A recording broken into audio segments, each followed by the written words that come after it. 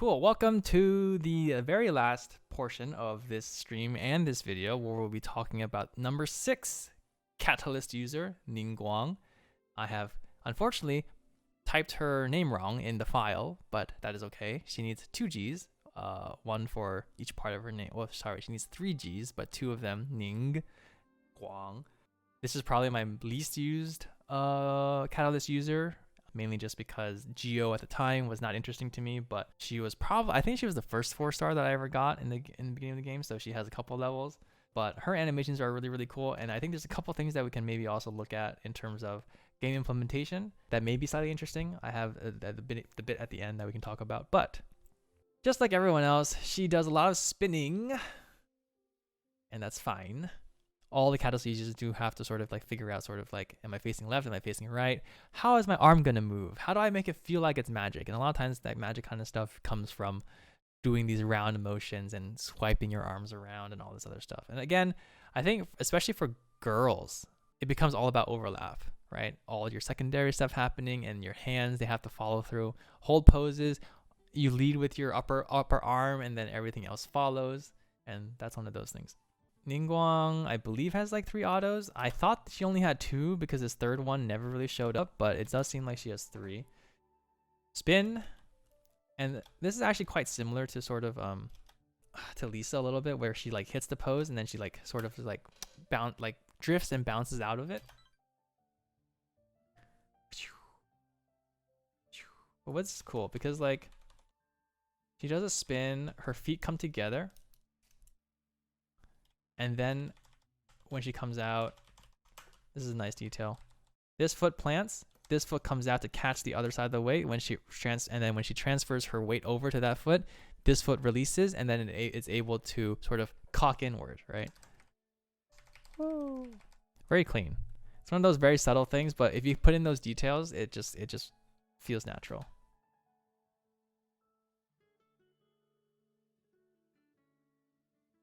Again, she has a lot of secondary stuff. Long hair, long tassels.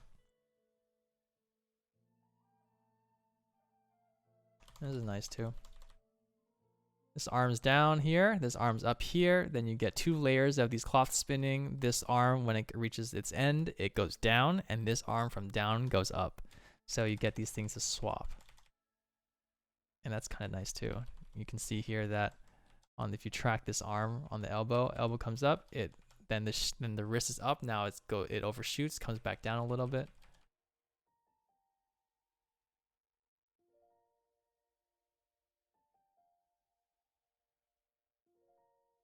It's interesting because Lisa is very showy, but it's much more of like a look at me, right? It's a very like look at me being showy. Whereas Ningguang isn't like, look at me. It's more like she's presenting, right? She's presenting off to people and showing, she's just like revealing or displaying things. Does that kind of make sense? I'm not sure what's so different about it, but like even like here when she does this like side thing with her hips too, you can see that like Lisa does something that's pretty similar too, but Ningguang just somehow communicates it in a much more like refined, regal way. It might just be because like her feet aren't doing too much and then it's just her hip and then her arms just like they follow through with it. So it's like, this is the action, here it is, take a look, like it if you like it if you do, and don't like it if you don't, you know, just that kind of stuff. And that one's cute. That's a finger snap, right? Almost. It was like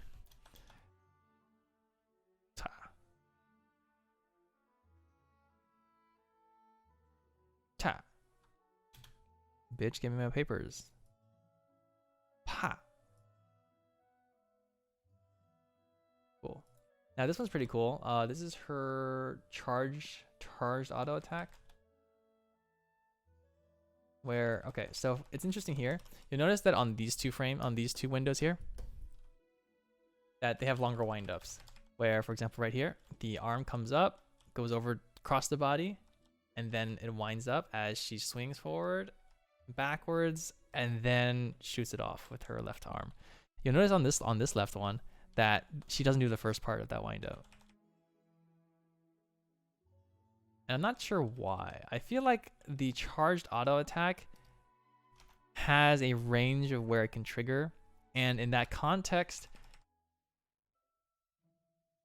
depending on how much it's charged, it will start blending into it at a different range. But you'll notice that obviously the actual animation for the spell on cast is the same. It's just that the duration of its actual application is dynamic based on how long you've done the hold press is my expectation here. So that's one of those things where if you look at this one, it actually blends very, very well.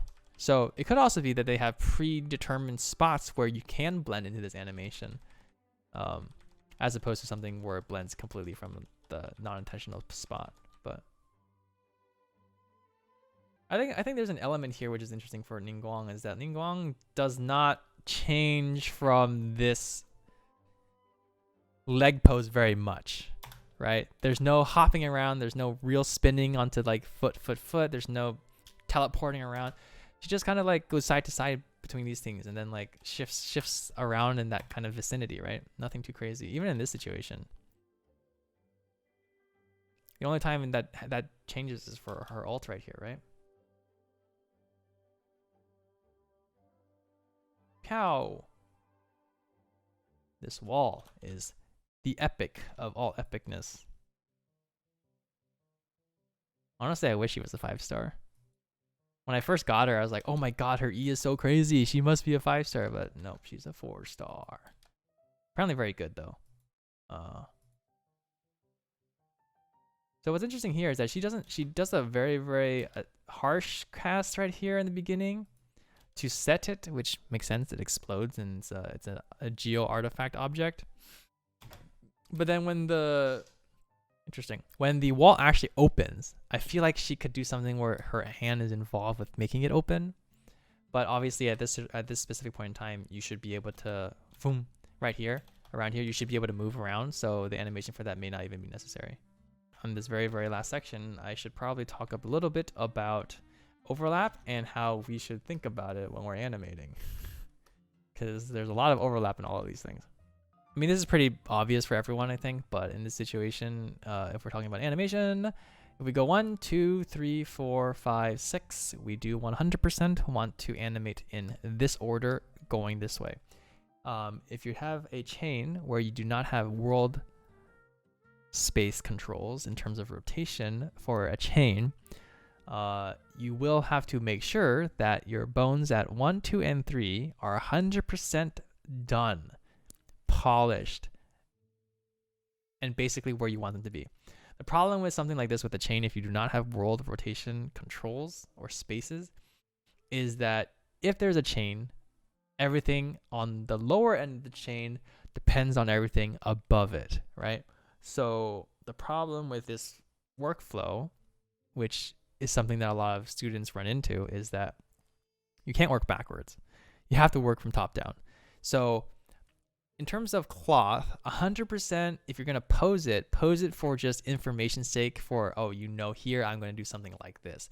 But do not be attached to the values that you have assigned to it, because it will kill you if you have to go change them every single time. So first, do everything else on the character first. First, do everything on the character first.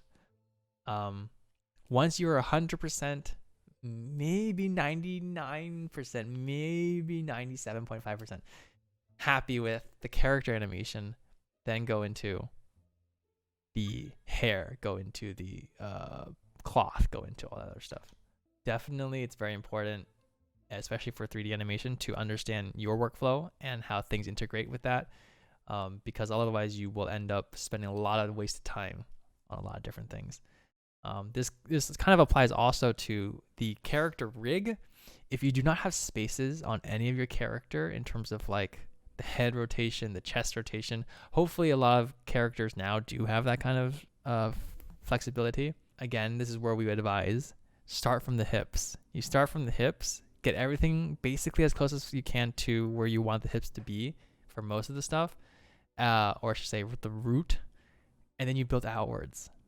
For 3D animation, that is basically one of those things where for ease of work and for your sanity, it is probably the best to work that way. This is not to say that you should not pose out anything else on your character for your storytelling poses, because that's also very important. But when polishing is one of those things where it takes time. You need to work methodically, and you just need to work smart. So yes, you can pose out your hair and pose out your cloth at certain points in time, but definitely don't get into the nitty gritty of figuring out how you want to overlap. Because in a situation where you need to do something like this, for hair, and you need to get the S, this, if you have to change any of this stuff up here, it's gonna mess up this. And the problem is when you're doing animation, when you're going into the next pose,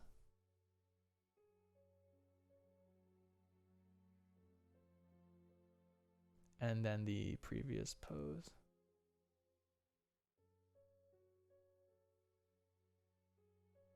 I am not drawing this correctly, but in this sequence where you're going from 1, 2 to 3, if you have to edit anything up here, it changes the spacing between this. And in all cases, when you have like a tail or something, and you're trying to do a lot of more of your S stuff as you're spinning, this shape relation of the volume as it's going through time, it is negatively impacted at all points in time if you have to start from the top of the chain, because you need to track, for example, in this situation, you will need to track this point, this point, this point, this point, and this point. And again, when we're talking about curves and arcs from last week, something that looks polished and at a high level, if you can track each of these points and in 2D space, they are all doing the correct amount of like distance traveled for how much they should be in terms of spacing, that is where you get the, oh my god, it looks really, really nice. But again, if you don't have world space switches for these things in particular, where you can control them individually and then attend to them individually because they exist within a system, then you 100% need to not touch it until later, right? Because again, anything that you're working on that is on the root or on the body or at the very, very top of the chain, it will impact everything after. So you don't want to touch any of that stuff until you know that if we go from like this to A, B, C, D, and this is like the hierarchy or something, do not touch D until you have finished these 3 on top. Because all the time, if you're coming back to A, B, or C and you're still working on that stuff, D is gonna get fucked up. Excuse my language. I shouldn't use the word. I shouldn't use that word, but D is gonna get all messed up, and you don't want to spend time on something that you know will get changed if you can avoid it, right? That's a very basic sort of just thought on that. Thank you, Ningguang, for providing space for me to talk about that. Okay, talking about her ult. Woo, lots of rocks everywhere, and she floats up and she does a very cool left pose where she comes here, her legs swings up, and then she spins to the right, then just drifts down. Actually, it's kind of interesting because like it's not very exciting if I'm looking at it. Woo! She just comes up and then she just swipes her arm to the side, like right this way. Woo! I think the coolest thing is just more that like the transition from this pose. Oh, actually, she spins this way. Wow! If you notice that she actually spins this way first around. Woo! She spins around this way really quickly. And I think that's one of those things too, where you don't need to have everything spaced out. You can see over 1 frame, 2 frames, and then this second, third frame, she's already facing this way. And then she faces to the right 1, 2, 3 more frames, and then starts rolling, and is now kind of more forward. So in terms of the spacing, we take a look at this. It's like this, this, or something, right? So that's really fast in the beginning. She drifts down really early. I kind of wish if she like came up, she would go up and then swipe right with her arm while still floating up here, and then floating down. I think she drifts down too early. I feel like she drifts down too early, but it would be cool too if like when she like comes down, she like goes down really fast, and that's when everything fires in. But, you know, maybe not. She's graceful. She's like, I'm coming up and my rocks are just gonna do shit. I turned Ningguang into just talk about secondary motion and just don't animate it until the very end. Anyway, okay. So the last thing we're going to talk about here before I wrap up the stream. First off, thank you for everyone. Now, actually, let's finish this part. So I was going to talk a little bit about these rocks things, which is interesting because in this situation, they are VFX, but they are also probably linked to some sort of rig, which in this situation, character animators are usually responsible for. Not all the time, but usually. So something like this for League, I would, for example, have to be responsible for this. Karma has a skin that I just worked on where she had 3 masks that float in a circle. Kind of basically like this, right? So the way this works is you have to talk to your tech artist and be like, okay, what kind of bones do we need? So in this situation, it would be a pain in the butt to have a bone and have to animate it in a perfect circle, correct? This is very annoying. Of course, you can do it if you have a graph and you do your X like this, and then you do your Z or Y, depending on what axis you're talking about, and then you offset it. It is possible to do a motion where it is going in a circle because you just need to make sure that it hits the apexes here, and it is like that. As we all can assume, it's actually probably easier to do something where you have something operating in a radial fashion. So instead, create a bone and then a bone here. And a bone, B would be a child of A in this instance, right? And so what you can do is you can take A, you can rotate A, and then B will naturally follow a circle. Now in this situation, the bone at A will not exist in terms of being weighted to anything. It just exists to provide B with a way to move in space, right? And in this situation for geometry, this is called radial geometry in a way.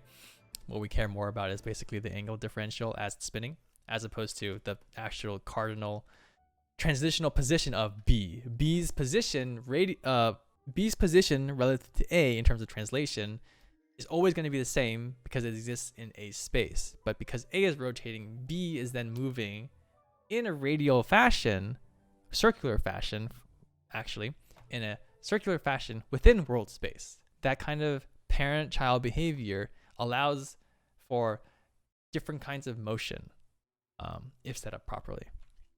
This is an example where rigging is actually very, very interesting in most cases. The reason why this is important is because in this situation, we probably have 1, 2, 3, 4, 5 bones or something, and then you'd have another set here, another set here. And in this situation, you only probably need to author 1 because I believe these are all duplicates of one another, just with different geo applied to them and a different color. So you'd only need to author 1, but you would basically author 5 bones or so, and they're all parented to a bone in the middle, right? So basically that would read right here. You can theoretically, if you wanted to, child these all together if they're all going to work as a unit, and then child that whole thing together into this one bone, if that was your preference. Or they could theoretically also all just be their own individual child of the center bone. Those are potential applications for that.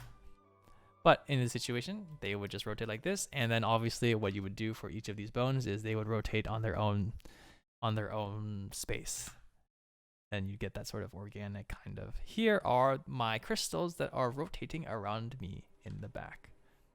And for now, at least, that basically wraps Ningguang. Thank you for watching. I appreciate everyone who hung out. This was actually a lot longer than I wanted it to be. I believe covering 6 characters is probably too much, but we did cover all of the Catalyst users today. Maybe not to the depth that it was like with the Claymores, where we covered 3 characters, I think. But I think it was at least very interesting to sort of see the similarities and differences with all of these magic users, which I just realized surprisingly are all female. We have yet to get a male Catalyst user. And if we do get a male catalyst user, I'm actually very, very, very interested in seeing sort of what their approach what MiHoYo's approach to sort of animating that kind of character would be. Because if it ends up being something, anything like Zhongli, where he's like smashing stuff and like fist punching stuff, then like, okay, that would be one way to go. But you know, it would at least be very, very different, and it would be unique to that character. So that basically wraps up everything for today, I think. Thank you to everyone who stayed and listened to me bamble and bomble forever.